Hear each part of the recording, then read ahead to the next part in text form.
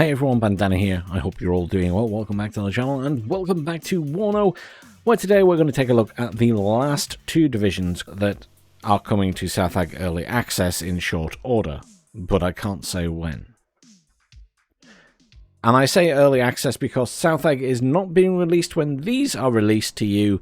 There's still the Army General campaigns which aren't finished yet, but they're rushing to finish them so that they can release Southag fully and then everyone can get it. It's getting really convoluted, isn't it? I know. I'm the entire thing has become very convoluted. Anyhow, they let us know literally 2 hours ago, hey, we're going to release these. You were dropping the NDA. Tell everyone about them. Okay. So, as usual with Eugen, zero time to prepare anything, but that doesn't really matter to me. At the end of the day, I'm just going to go through the two divisions with you. So, let's have a look at what is on offer. So, Division 2 Rhin first up. We've got the TRM 2000 in the Logistics tab, as well as the TRM 10000 and a FOB. Then we've got AMX 13, the Alouette 2, the Command Jeep, and a Fuchs Fufu. Straightforward enough, pretty standard in terms of logistics. I haven't seen anything really interesting in logistics for a long time. It always feels very standard these days. Anyhow, let's have a look at the infantry. A few different bits and pieces here. So we got the Command Grand Arms mobiles there. We got the Prévôté, and then we've got the Grand Arms Mobile Standard, who come in Traffic Grand Army. So they have a little police van with a blue light on it, which sadly does not flash in the game. Sad times. And the VBRG, which is basically an armored personnel carrier with a machine gun on it, but without any blue flashing lights. Sad times. Missed opportunity. Reservists. You got Command Reservists, Standard Reservists, you got Reservists with an LRAC, and you've got Reservists with an FRF1 as well as the LRAC. So obviously that's the best squad, then that squad, and then these guys are just without any anti-tank. Not that the LRAC 73 is very good anti-tank, to be fair. Okay. Chasseurs, I mean, they have appeared before. They come with the LRAC F1, thankfully, so they have a slightly higher penetration and don't cost too much more considering they aren't reservists, so that's not bad. They can also come with the AMX 13 with a 20mm cannon on, and the Command Chasseurs can come in either the 20mm or a 12.7mm machine gun variant. The Jaeger. The Jaeger get around a lot. So, Standard Jaeger Commander or Führer. We've got the Standard Jaeger Squad in there. We've got Jaeger with a Carl Gustav. And we've got Jaeger with the PZF, the Panzerfaust 44.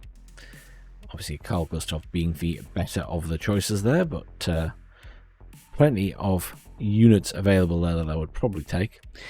Sappers are in there, the reservist sappers, which have the LRAC 73 and some satchel charges, which is actually quite nice. Shame they are reservists. We've got standard sappers and the sappers flam. Then we've got the M40A1, which likes to do the rounds, and we've got the Milan 1 and the Milan 2. So, nothing too amazing in there. Certainly no super special mega forces, but plenty of standard line infantry and then the reservists to make up, you know, a bit of space. And I quite like the fact that you get these guys in the silly vehicle. Artillery tab. 120mm mortars, lovely. The 105mm howitzers, nothing to write home about. I tend to find you got the Automoteur AU50 105mm. Not the best range on these things. And then the 155mm. Obviously very old school. Then we've got a standard M50 155mm Toad. Again, very old school in how they look. And then finally we've got the LRM. It's a multiple rocket launcher. Tank tab. So, we've got the Milan standard Milan on a little Jeep. We've got the AMX-13. And then we've got the AMX-13 T75/TCM. The thing I like about this one is that it's got the SS11s strapped to the top of it. And it looks really, really hodgepodge. But I quite like it. And then you've got the same with the AMX-13 T75 TCA. The difference there being, weirdly, this one has slightly better accuracy on the missile. And that's the difference. I was expecting something else to be different about them, but no, just the missile. The M47 Dozer. The M48 Command variant. And the Heimat M48 as well. Nothing exciting there. Pretty much cheap junk. But I kind of like the missiles on them. Recon tab. Reasonable selection here. AMX-10. We've got the BGS making another appearance. The best hairdo in the game. Then we've got the Reserve Eclairs. The M201 Rashura. Exceptional optics. On a little Jeep. That means its stealth is good. That's quite nice. The AML-60 and the AML-90 making an appearance again. We've got the M201-106SR. It's an M40 on the Jeep. And then we've got the Jaeger Aufkühl, which, well, it's always nice to see them make an appearance, and they can come in the Fuchs, which also has recon capability. Anti-air tab, Fliegerforce, pretty standard. You get the Maxen in there as well, and the 40mm Bofors. Then we've got a 30mm in there as well. And then we've got the HTM-16, which is the Maxen, but obviously on a half-track. And then we've got the iHawk. So they do get something decent in there. Everything else is nothing exciting, but we get the iHawk in there. Helicopter tab, pretty limited, and obviously very few slots. We've got the Alouette 3 with the AS-11s. We've got the Gazelle cannons, and we've got the Power 1 with the Hot 1. So nothing too spectacular there. Air tab, few bits and pieces. So we've got the Alpha Jet with Napalm and the Alpha Jet with Cluster, and at least they've got a reasonable amount of Cluster. 4 bombs. Got the Mirage 3 anti-air. Does have a long-range missile at least, but only one. And then we've got the Seed in there. We've got the Mirage 3 with anti-tank. We do, of course, have the Mirage 2000 AA1, only short-range missiles. And the AA2, which does have 2 longish range missiles. The F4F AT, a couple of AT options in here, and then we have the Mirage 5 HE as well. Small bombs, though. Small bombs. Overall, well, it's a reservist division, effectively, with a couple of other bits strapped to it, and some very old gear. I'm looking at you, Ancient Artillery. So-so, in my opinion. It's not one that I'd be rushing to play. I might have rushed to play it if this had a flashing light. But obviously, this has appeared before in 150 seconds, so. But it's nice that it's an option in there. Anyhow, let us move on and have a look at the 17th. Okay, the 17th Tank Division. Pretty long selection in terms of just having to scroll in logistics here. So we've got the Gaz-66, we've got the MTLB, we've got the Kraz 255, we've got the MI6 supply as well. So we've got a lot of supply options here, some quite chunky ones. We also have fob at the end as well. Command vehicle wise, well, we've got the MI9 in there. We've got the BMP 1K3. We've got the Belazor. I always can't decide how to say that one. And we got the Stadion as well, which is, it's a camper van, right? Someone somewhere has turned this into a camper van. I'm sure I've had this conversation before. I'm sure I Googled it and found a picture. Anyhow, infantry. So Commander Chura in their fun little Jeep, and also they have an APC, BTR-70. Then we've got the Pulmachiki. So that's the Res Pulmachiki. And then we've got the standard ones as well. These guys don't come in anything too exciting. They can come in a little box.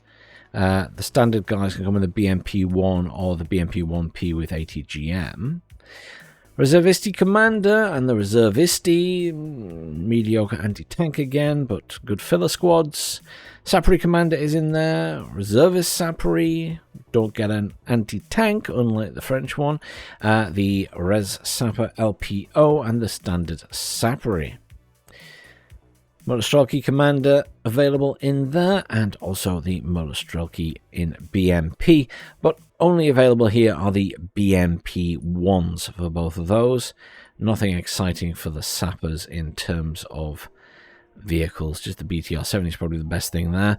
A SPG-9, obviously making an appearance again, and then at the end here, something a little bit different, we've got the Commander Pogranvoysk KGB. We'll just call them the KGB squads from now on. Obviously, military police trait, as you might expect. Nothing too exciting, just some AKs. And you got a squad with an RPG-22, which isn't great, isn't terrible. Got the SVD in there, so not bad. And then we've got the DSH variant, which have an RPOA and the RPG-22, which are a chunkier squad at 11. Do note, the DSH guys get helicopters, and they do have a rocket option, whereas the others are just ground-based. You can have a BTR-70 with AGS, though, which I do like a grenade launcher. Artillery tab, well, you've got 82mm mortars and 120mm mortars, and you've got a very old M30 122mm gun. We've got the Malika in there, which, I mean, you can't go wrong with it. It's just very slow to fire. The Tulpan is in there. Happy days. Nice to see the Tulpan in action. We've got the 152, again, very old towed weapon. And then we've got the BM14M. Tank tab. I'm not expecting anything amazing here, but technically they do get T64s, so... Maliukta P and the Frangella P vehicles. I mean, neither are particularly exciting. T10MK in here. Obviously nothing special, and our reservist, that is command variant, and the standard T10M. Both are reservist. Then we've got the T64 AK OBR 73. I do love a T64. Decent front armor look. Nice gun. Shame about the range. Shame about the range. And the T64R, which is not as good as that one. But again, same short range. Makes me very sad. And then the ISU 152K. Very, very old. Recon tab.